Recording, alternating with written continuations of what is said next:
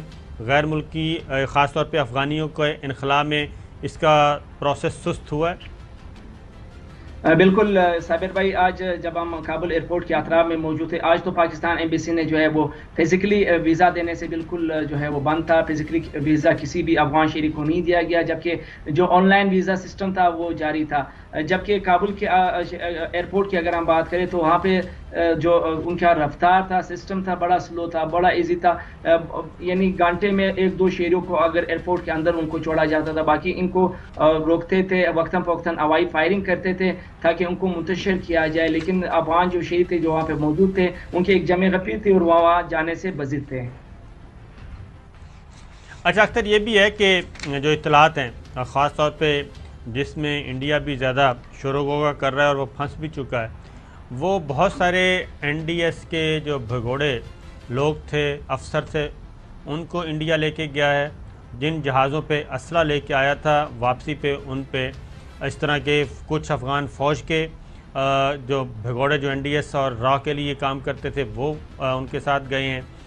پھر کچھ بلوچستان سے بھی جو کیا کہنا چاہیے شدت پسند اور دہشت گرد جو کالعدم تنظیموں کے لوگ تھے وہ انڈیا گئے ہیں، لیکن وہاں پہ مسئلہ بن گیا ہے کہ شہریت امینڈمنٹ ایکٹ، اس کے تحت کسی بھی مسلمان کو شہریت نہیں دی جا سکتی، پاسپورٹ انڈین نہیں دیا جا سکتا۔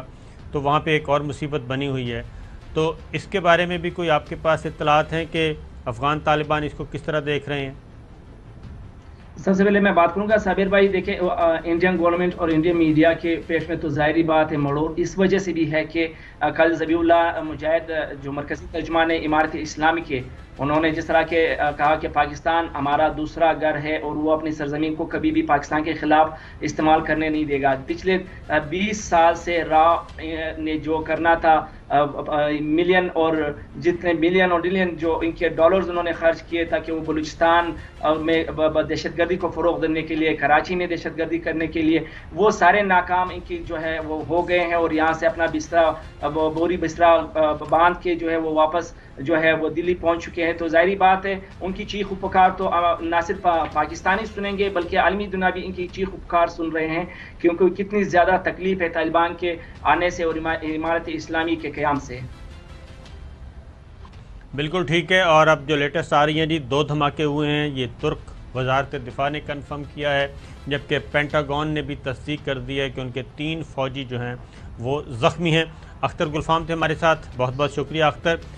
مزید خبریں آگے بڑھاتے ہیں. چوہے صاحب، ایک اور آج اہم خبر ہے، وہ ہے سپریم کورٹ سے آئی ہے، اور ایک جو کوشش کی گئی تھی سپریم کورٹ میں فساد پھیلانے کی اور انریسٹ پیدا کرنے کی اور ایک کیوس پیدا کرنے کی کوشش کی گئی تھی، اس کو آج سپریم کورٹ کے لارجر بینچ نے ناکام بنا دیا ہے اور باقاعدہ طور پہ ایک آرڈر پاس کیا ہے. اور وہ آرڈر یہ ہے کہ آئین کے آرٹیکل 184(3) کے تحت جو از خود نوٹس لینے کا اختیار ہے سپریم کورٹ آف پاکستان کے پاس، وہ اختیار صرف اور صرف چیف جسٹس آف پاکستان خود استعمال کر سکتے ہیں یا ان کے ذریعے سے ہی استعمال ہو سکتا ہے. کوئی بھی جج، آنریبل جج، از خود یہ اختیار استعمال نہیں کر سکے گا. کوئی بھی بینچ از خود یہ اختیار استعمال نہیں کر سکے گا. اگر کوئی معاملہ آتا ہے تو جج، آنریبل جج یا پھر بینچ معاملہ ریفر کرے گا چیف جسٹس آف پاکستان کو، اور چیف جسٹس آف پاکستان اس بارے میں کوئی حکم صادر کریں گے. نمبر 1. نمبر 2، کوئی بھی بینچ کوئی از خود نوٹس جب لے ہی نہیں سکتا تو یہ بھی نہیں ہو سکتا کہ وہ معاملہ اپنے ہی پاس رکھ لے، اور بینچ بھی خود تشکیل دے رہے. بینچ کی تشکیل کا اختیار بھی سپریم کورٹ آف پاکستان کے چیف جسٹس کے پاس ہوگا. تو یہ ایک اہم آیا ہے حکم، اور 2 دن سماعت ہوئی، اس میں سپریم کورٹ بار اور پاکستان بار کونسل اور پریس ایسوسی ایشن، ان کے نمائندگان نے بھی اپنا نقطہ نظر پیش کیا. جو حکم پاس کیا وہ ہے جناب، قرار دیا جاتا ہے کہ آئین کے آرٹیکل 184(3) کے تحت اس عدالت کے از خود نوٹس کے دائرہ اختیار کا خیال یا مفروضہ مندرجہ ذیل رہنما اصولوں پر مبنی ہے. چیف جسٹس آف پاکستان وہ واحد اتھارٹی ہیں جو خود یا جن کے ذریعے یہ دائرہ اختیار استعمال کیا جا سکتا ہے اور کیا جانا چاہیے. چیف جسٹس اپنی ثوابدید پر یہ دائرہ اختیار استعمال کر سکتے ہیں، یہ اختیار استعمال کر سکتے ہیں، اور وہ ایسا اس صورت میں کریں گے کہ اگر عدلیہ عدالت کے بینچ کی جانب سے اس کی درخواست کی گئی ہو یا تجویز دی گئی ہو. کوئی بھی بینچ نہ کوئی اقدام کر سکتا ہے اور نہ کوئی حکم جاری کر سکتا ہے زیر التوا کارروائی میں یا دوسری صورت میں. نہ از خود نوٹس کا دائرہ اختیار استعمال کر سکتا ہے، جیسا کہ کسی نوٹس کا اجرا، انکوائری، کسی شخص یا اتھارٹی یا کوئی رپورٹ طلب کرنا، جب تک کہ چیف جسٹس خود یہ دائرہ اختیار استعمال کریں. عدالت کے از خود نوٹس دائرہ اختیار کے حوالے سے یا اس سے متعلقہ پہلے سے زیر التوا تمام معاملات کی چیف جسٹس کی جانب سے وقتاً فوقتاً تشکیل کردہ بینچز میں سماعت اور نمٹانے کا عمل جاری رہے گا. اور اس کے بعد جو حکم صادر کیا گیا تھا 20 اگست کو 2 رکنی بینچ نے، جسٹس قاضی فائز عیسیٰ صاحب اس کے سربراہ تھے، انہوں نے ہی یہ حکم تحریر کروایا تھا، اس حکم کو بھی باطل قرار دے دیا گیا ہے. اور جو ایشو ہے وہ معاملہ جو پریس ایسوسی ایشن کی درخواست تھی صحافیوں کو ہراساں کرنے کی، وہ چیف جسٹس آف پاکستان کو بھجوا دی گئی ہے اور وہ اس کا جائزہ لیں گے. تو چودھری صاحب، یہ ایک کانسپریسی تھی یا کچھ اور تھا، یہ میں آپ سے پوچھوں گا ایک بریک پہ جانا ہے, بریک سے واپس آتے ہیں تو بات ہوگی. ویلکم بیک ناظرین. بات ہو رہی تھی سپریم کورٹ کے لارجر بینچ کے فیصلے کی. قائم مقام چیف جسٹس جناب جسٹس عمر عطا بندیال صاحب اس بینچ کے سربراہ تھے. تو چوہدری صاحب, آج یہ حکم ہو گیا اور ہمیشہ کے لیے یہ ایک بار پھر تصدیق کر دی گئی کہ از خود نوٹس لینے کا اختیار کسی بینچ یا کسی آنریبل جج کے پاس نہیں, صرف سپریم کورٹ آف پاکستان کے چیف جسٹس کے پاس ہے. اس سے کیا ہوگا آئندہ؟ نہیں, بات یہ ہے کہ جو انفارم سرکلز ہیں, جو لیگل فریٹرنیٹی ہے, یعنی وکلاء کی برادری ہے, بار ہے, بینچ ہے, پاکستان کے سیاسی مبصرین ہے, سیاسی حلقے ہیں, وہ یہ سمیل کر رہے ہیں کہ بہت بڑی کوئی سازشی ایک منصوبہ بنایا گیا تھا پاکستان کی تقسیم, سپریم کورٹ کو لڑایا جائے آپس میں, اور پھر جس طرح یہ دو چار امید وہاں پہنچ گئے درخواستیں لے کے, کوئی ایک درخواست دے دے گا کہ آج صابر شاکر کو پروگرام بند کر دو, آج غلام حسین کا یہ کر دو, فلاں کا کر دو, آج فلاں ججوں کا جو ان کا تقرر نامہ ہے وہ کالعدم قرار دے دیا ہے, آج وزیر اعظم پاکستان سے کام کو روک دیا ہے, کبھی صدر کو روک دیا ہے, کبھی فلاں کو روک دیا ہے. یہ تو مجھے کوئی معمولی کام نہیں نظر آ رہا. آپ اس کو لائٹ نہیں لے رہے. اگر صحافیوں پر حملہ یا ان کا تحفظ کا مسئلہ ہے, ہم سارے صحافی جو ہے نا اکٹھے ہیں, کسی کے ساتھ زیادتی نہیں ہونی چاہیے. لیکن اگر ہم ریاستی اداروں کو تقسیم کرا کے, تصادم کرا کے مضمون مقاصد حاصل کرنا چاہتے ہیں تو پھر ہم اس کا ڈٹ کے مقابلہ کریں گے. پاکستان اور پاکستان کے ادارے پہلے ہیں اور اس کے بعد کوئی اور چیز ہے. یہ کیا طریقہ ہے؟ جب when you know it fully well کہ آپ کے پاس کوئی اختیار نہیں ہے, پہلے سے طے ہے کہ سپریم کورٹ کے چیف جسٹس اور رسپیکٹو ہائی کورٹس کے چیف جسٹس وہ موٹو اختیار استعمال کر. میں نے ایک اور بھی بات کرنی ہے صابر شاکر صاحب, یہ بھی میں نے دیکھا ہے کیس غلام حسین کا ڈسکس ہو رہا ہے, ادھر صابر شاکر کے خلاف آرڈر پاس کر دیا ہے. This should also be discourage, یعنی اس کا کیس سے تعلق نہیں ہے. تو یہ ایسا ہی ہے, جو ہے ایسا یہ چوہدری صاحب انکوائری کرنی چاہیے اگر یہ چیف جسٹس پاکستان کو. اور اگر یہ چوہدری صاحب یہ اس پہ سپریم کورٹ کا لارجر بینچ اور خاص طور پہ چیف جسٹس نوٹس نہ لیتے, کیونکہ اس وقت قائم مقام چیف جسٹس عمر عطا بندیال ہیں, اگر وہ نوٹس نہ لیتے تو اس پہ ٹھپا لگوایا جانا تھا, اور اس کے بعد اگلا جو یہ ایکٹ ہونا تھا وہ کہیں زیادہ خوفناک تھا, کیونکہ جن باتوں کی طرف اشارہ کیا ہم کھل کے بات نہیں کر سکتے. پیٹیشنیں تیار پڑی ہیں اور ایک سوٹیبل ٹائم کا انتظار کیا جا رہا ہے کہ مناسب وقت ہو اور کوئٹہ والا ڈرامہ جو ہے وہ ری کاسٹ ہو سکے, ریپیٹ ہو سکے. تو پروگرام کا وقت ختم ہوا. ناظرین اجازت دیجیے, اللہ حافظ. اہم ترین خبریں اب ایک کلک کی دوری پر. آپ کے پسندیدہ ٹاک شوز ہوں یا اہم ملکی یا غیر ملکی شخصیات کی نیوز کانفرنسز, ہر لمحہ باخبر رہنے کے لیے سبسکرائب کریں ہمارا یوٹیوب چینل. موسم کی صورتحال ہو یا کھیل کے میدان سے خبریں, اپنے موبائل فون سے ملکی اور بین الاقوامی اہم خبروں تک رسائی کے لیے ڈاؤن لوڈ کیجیے موبائل ایپ. باوثوق ذرائع سے مصدقہ خبروں, تجزیوں اور تبصروں سے مستفید ہونے کے لیے وزٹ کیجیے پاکستان کی سب سے بڑی نیوز ویب سائٹ www.arYnews.tv. ان سب کے علاوہ پاکستان کا سب سے بڑا فیس بک پیج ہو, سب سے بڑا نیوز انسٹاگرام اکاؤنٹ یا پھر ٹویٹر, ARY نیوز پہنچا رہا ہے خبریں سب سے پہلے آپ تک, تاکہ آپ رہیں ہر لمحہ باخبر.